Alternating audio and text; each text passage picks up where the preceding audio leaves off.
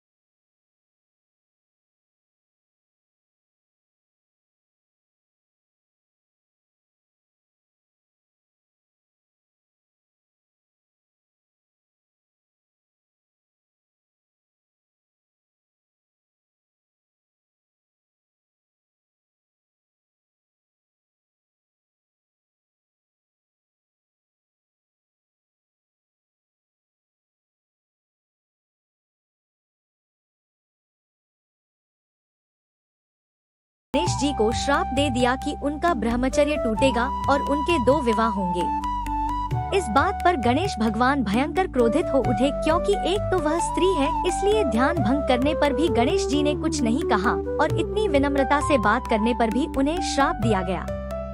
फिर गणेश जी ने भी देवी तुलसी को श्राप दे दिया कि तुम्हारा विवाह शंखचंड नाम के असुर के साथ होगा। एक देवी होकर भी उनका विवाह एक राक्षस से होगा। यह जानकर देवी तुलसी विचलित हो गई और विनायक जी से इस कठोर श्राप से मुक्ति दिलाने की क्षमा याचना करने लगी। फिर गणेश जी को तुलसी देवी पर दया आ गई। वे बोले कि मेरा श्राप तो बदल नहीं सकता, वह तो सच होकर ही रहेगा, लेकिन अगले जन्म में तुम एक पेड़ बनोगी और भगवान महाविष्णु जी को अत्यंत प्रिय होंगी।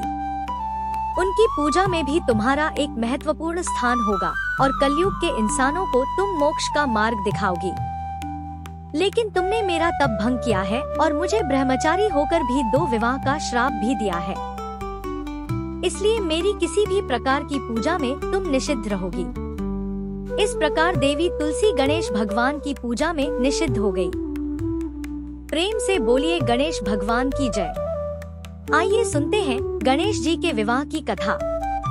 भगवान गणेश का मुख हाथी का है और एक दांत भी टूटा हुआ है। इन्हीं 2 कारणों की वजह से उनका विवाह नहीं हो पा रहा था। इस बात से गणेश जी महाराज अक्सर नाराज रहा करते थे। एक दिन एक देवता के आग्रह पर विनायक जी उसके विवाह में अपनी उपस्थिति दर्शाने गए। विवाह स्थल पर पहुंचने के बाद कुछ देवताओं ने मिलकर गणेश भगवान का समय पर विवाह न होने के कारण उपहास किया, जिससे गणेश जी बहुत ही अधिक नाराज हो गए।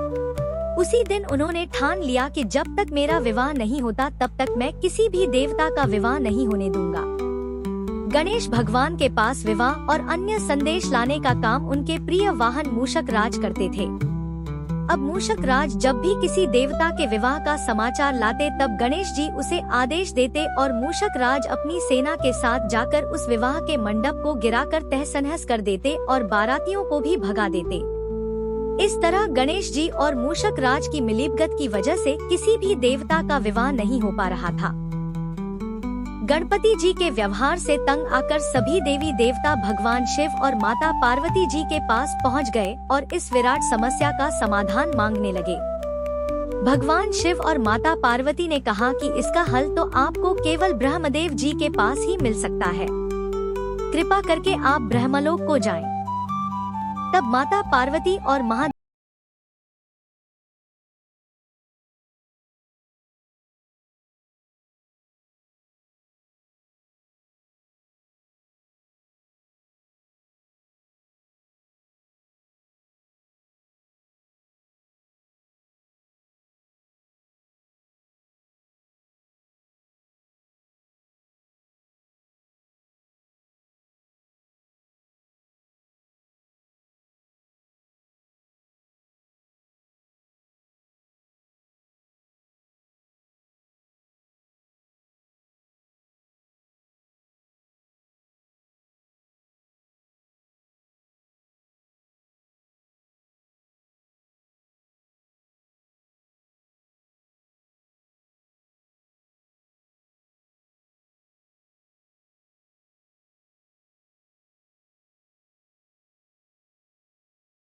पहले ही ब्रह्मदेव अपनी दोनों पुत्रियों के साथ वहां पर प्रकट हो गए। रिद्धि और सिद्धि को सामने देखते ही गणेश जी का क्रोध बढ़ने लगा, किंतु विनायक जी के मुख से कोई भी शब्द निकलने के पहले ही भगवान ब्रह्मदेव ने कहा, है गणेश जी, आपने स्वयं ही मेरी पुत्रियों को शिक्षा दी है और अब मुझे इन दोनों के विवाह योग्य कोई वर नहीं मिल रहा। मेरी आपसे विनती है कि आप ही रिद्धि और सिद्धि से विवाह करके मुझे धन्य कीजिए। परमपिता ब्रह्मदेव जी की शांत वाणी को सुनकर गणेश जी का क्रोध शांत हो गया और वे उस विवाह प्रस्ताव के लिए हंसी खुशी राजी हो गए। विवाह के बाद अपनी दोनों पत्नियों से उन्हें 2 पुत्र प्राप्त हुए, जिनका नाम रखा गया शुभ और लाभ। तो प्रेम से बोलिए भगवान गणेश जी की जय। आइए अब सुनते हैं गणेश जी की पूजा पाठ में सुनी जाने वाली पौराणिक कथा। एक गांव में एक सेठ और सेठानी रहते थे। वे बहुत ही धार्मिक प्रवृत्ति के थे और वे गणेश जी के अनन्य भक्त थे। वे दोनों बिना चुके हर बुधवार को गणेश जी का व्रत रखते थे और शाम को ब्राह्मणों को भोजन कराने के बाद अपना व्रत खोल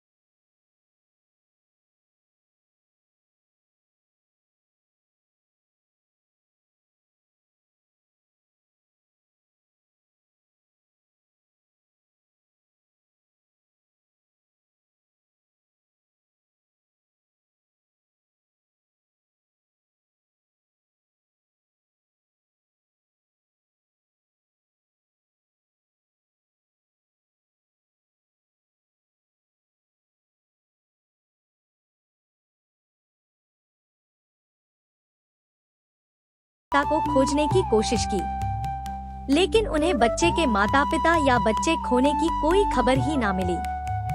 फिर पंडित जी ने सेठ और सेठानी को वह बच्चा अपने घर ले जाने के लिए कह दिया। साथ में यह भी कहा कि अगर बच्चे के माता पिता यहाँ पर आते हैं तो मैं स्वयं उन्हें आपके पास ले आऊंगा। तब सेठ और सेठानी की खुशी का ठिकाना नहीं रहा। वे दोनों खुशी खुशी उस नन्हे बालक को अपने साथ घर ले गए। सेठानी ने बच्चे का नाम अपने आराध्य भगवान श्री गणेश जी के नाम पर गणेश रख दिया और बड़े ही प्यार और दुलार से उसका पालन और पोषण करने लगे। कुछ दिनों के बाद उसी गांव में एक ठग पति पत्नी आए। उनका इरादा गांव के सबसे अमीर आदमी को ठगने का था। वे दोनों ठग गणेश मंदिर की सीढ़ियों पर बैठकर सोच विचार कर रहे थे। तभी वहां पर पंडित जी आ गए और गांव में अनजान लोगों के दिखते ही उनसे पूछा कि क्या आपका बच्चा खो गया है। दोनों चोरी चकारी के लिए बहाना ढूंढ रहे थे, इसलिए उन दोनों ने तुरंत ही हाँ कह दिया।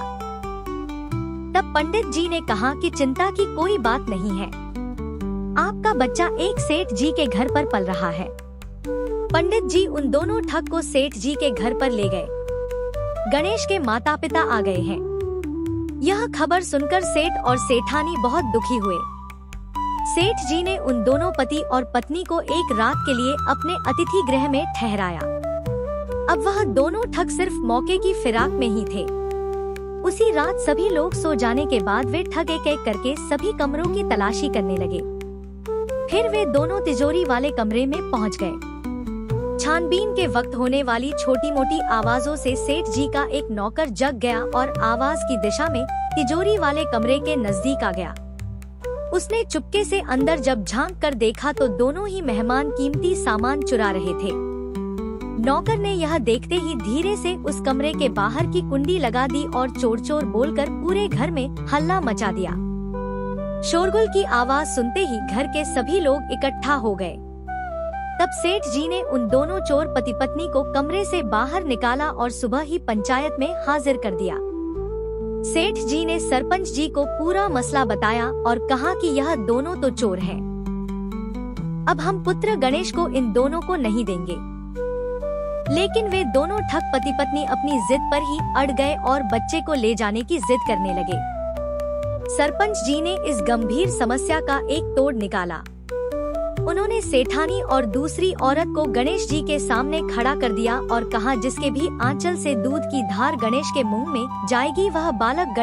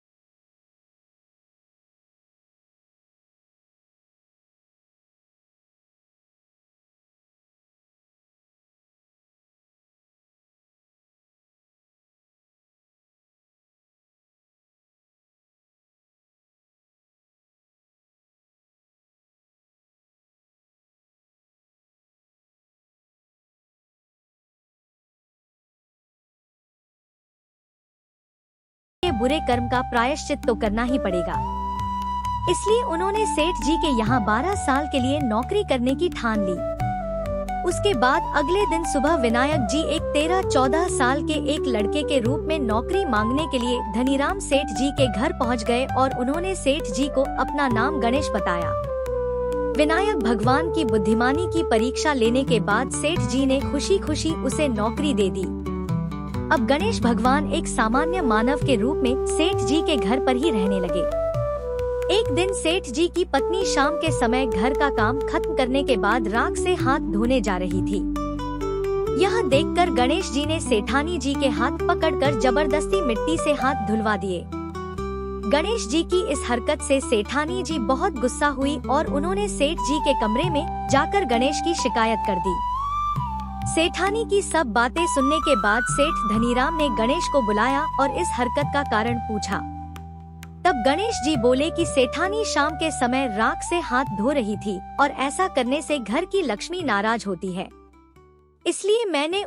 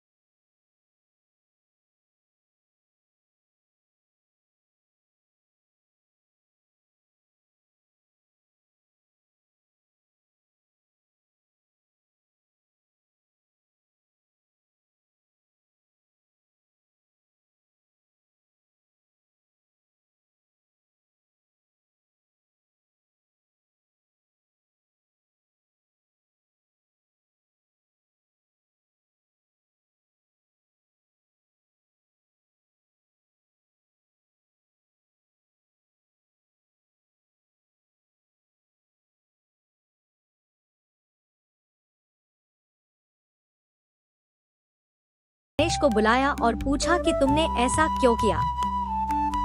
गणेश जी बोले, सेठ जी सेठानी जी नदी के किनारे बैठकर गंदे पानी से नहा रही थी तो मैंने उन्हें नदी में ले जाकर साफ पानी में डुबकी लगवाई। ऐसा करने से उन्हें अगले जन्म में बहुत बड़ा राजपाट और वैभव मिलेगा। सेठ जी ने सोचा कि गणेश के विचार तो बहुत अच्छे हैं, मेरे परिवार का भला सोचता है। कुछ दिनों के बाद सेठ जी के घर पर पूजा थी। पंडित जी आने के बाद में सेठ जी ने गणेश से कहा, जाओ और सेठानी को बुला कर लाओ। सेठ जी के आज्ञा के अनुसार गणेश जी सेठानी को बुलाने गए। उस वक्त सेठानी काली चुन्नी ओढ़कर कमरे से बाहर आ रही थी। वह देखते ही गणेश जी वह काली चुन्नी उतार कर फाड़ दिए और कहा कि पूजा के लिए लाल रंग की चुन्नी ओढ़कर आओ। अब सेठानी जी गणेश जी पर बहुत नाराज हुई और उन पर चिल्लाने लगी। इस आवाज को सुनकर सेठ जी वहां पर भागते हुए आए और पूछा कि क्या हुआ। तब सेठानी ने बोला कि गणेश ने मेरी चुन्नी फाड़ दी। फिर सेठ जी ने भी गणेश को बहुत डांटा। जवाब में गणेश जी ने कहा कि सेठ जी पूजा में कभी भी काला वस्त्र नहीं पहनते, इससे शुभ काम सफल नहीं होते, इसलिए मैंने ऐसा किया। सेठ जी ने सोचा कि गणेश तो बहुत समझदार है। इसी तरह लीला रचाते हुए उसी घर में गणेश जी के 12 साल बीत गए। फिर एक दिन सेठ जी ने नया कारोबार शुरू करने से पहले घर में पूजा रखी थी। पूजा करते करते सेठ जी को याद आया कि पूजा की सामग्री में गणेश भगवान की मूर्ति तो है ही नहीं। तब उन्होंने अपने नौकर गणेश को पूजा घर से भगवान विनायक जी की मूर्ति लाने के लिए कहा। तब गणेश बोला कि मुझे ही मूर्ति समझकर आप पूजा में विराजमान कीजिए, आपके सारे शुभ काम सफल हो जाएंगे। इस बात को सुनकर सेठ जी को गुस्सा आया और वे बोले, गणेश तुम अब तक सेठानी से मजाक करते थे, अब मुझसे भी करने लगे हो। तब उत्तर में गणेश जी ने मुस्कुराते हुए सेठ जी से कहा कि मैं मजाक नहीं कर रहा, मैं सत्य कह रहा हूँ। इतना कहने के बाद नौकर गणेश ने अपना असली भगवान स्वरूप धारण कर लिया। साक्षात भगवान श्री गणेश को सामने देखते ही सेठ और सेठानी उनके चरणों में लीन हो गए और उन्होंने अपनी पूजा संपन्न की। इसके बाद गणेश जी देखते ही देखते अंतर्ध्य हो गए। बाद में सेठ और सेठानी को बहुत पछतावा होने लगा कि स्वयं भगवान हमारे घर नौकरी कर रहे थे और हमने उनके साथ कितना बुरा व्यवहार किया। उनसे बहुत सारा काम कराया। यह सोच सच कर दोनों दुखी रहने लगे।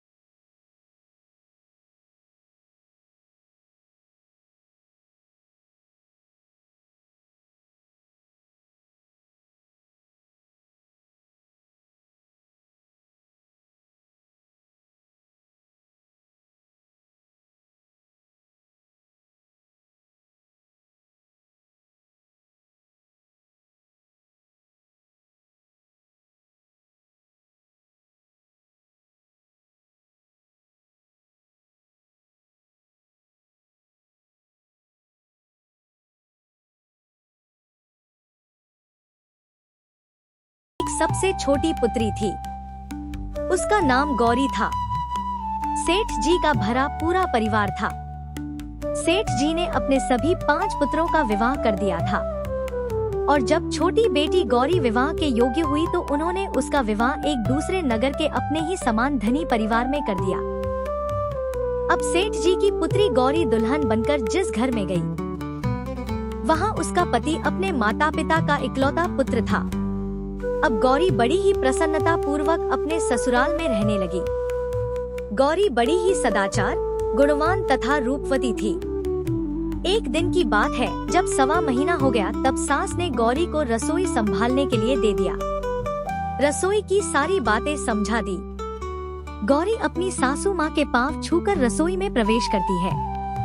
तब सास ने कहा, बहू रोज सुबह जल्दी उठकर पूजा पाठ करके रसोई में प्रवेश करना, फिर खाना बनाना।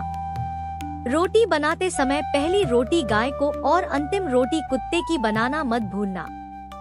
इस प्रकार सास ने गौरी को सब कुछ समझा दिया।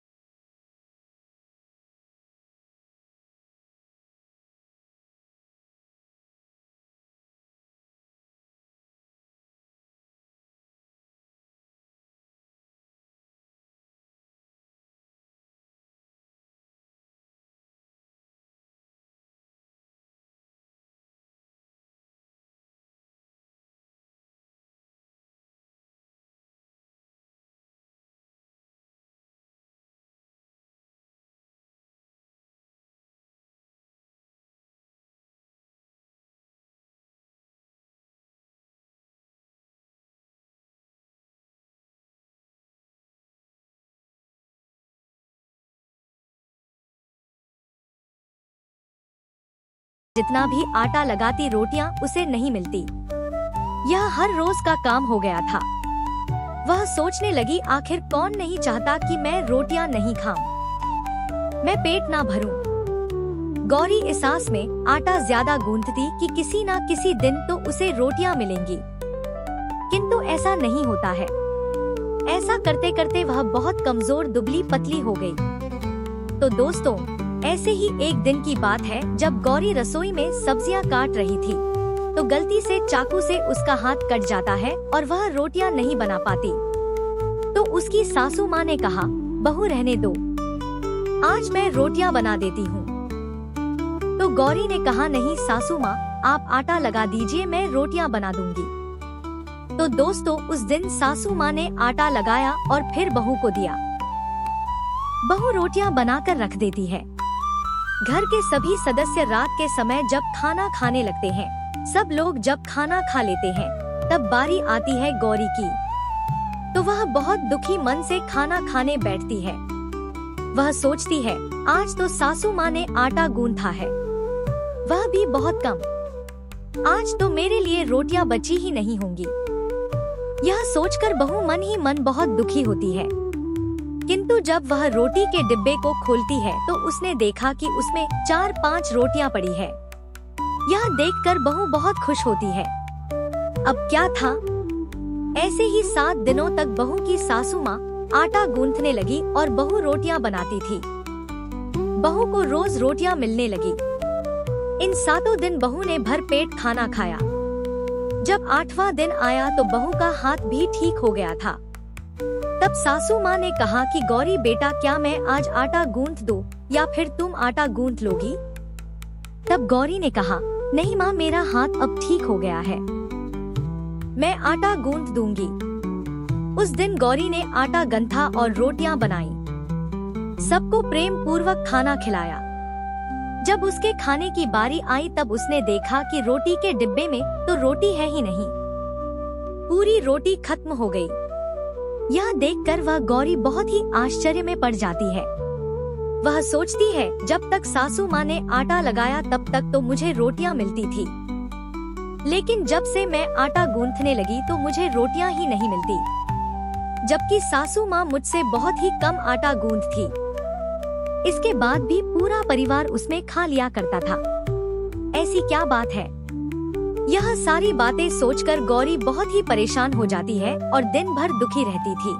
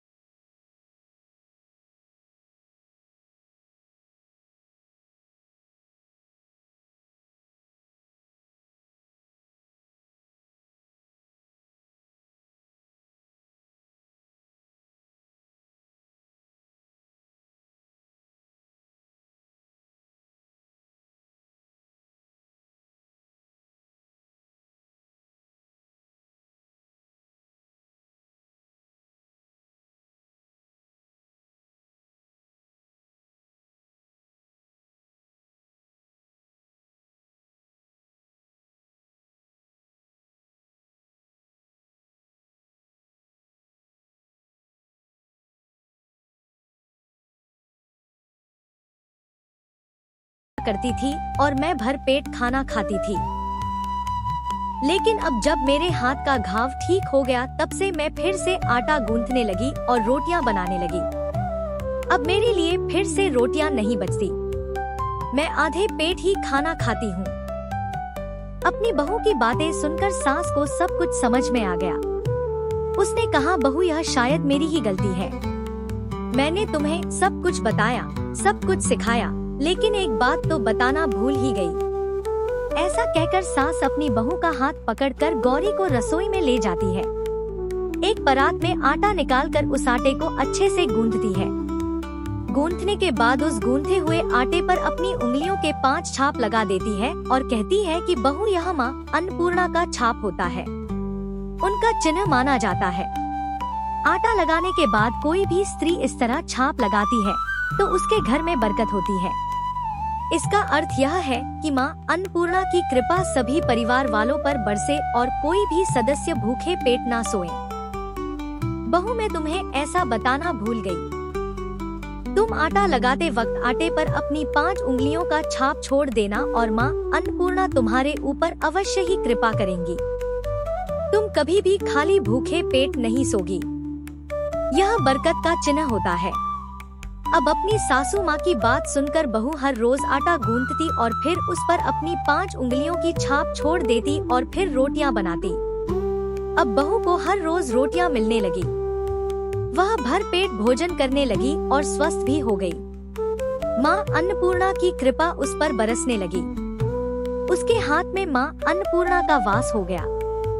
घर पर कोई भी सदस्य भूखा नहीं रहता और जो कोई मेहमान आता या कोई भीख मांगने के लिए भिक्षुक आता उसे भी वह खाना खिलाकर ही घर से विदा करती। इस प्रकार बहू के ऐसा करने से उसके घर में बरकत होने लगी, अन्न की वर्षा होने लगी। तो प्रिय भक्तजनों, आटे को गूंथकर उस पर 5 उंगलियों का छाप लगाना हमारी पुरानी परंपरा है। यह माता लक्ष्मी जी और माता अन्नपूर्णा का चिन्ह माना जाता है। ऐसा करने से माता अन्नपूर्णा सदा प्रसन्न रहती है और घर वालों पर अपनी कृपा दृष्टि बनाए रखती है। हमारे पूर्वजों से लेकर अब तक यह परंपरा चली आ रही है। सभी माताएं बहनें अपनी 5 उंगलियों की छाप आटे पर अवश्य ही लगाती हैं और माँ अन्नपूर्णा से प्रार्थना करती है कि सबका पेट भरना, सबका कल्याण करना और घर में अन्न धन की वर्षा करना। तो प्रेम से बोलिए अन्नपूर्णा माता की जय। ओम नमः शिवाय। जय माता दी। जय भोलेनाथ।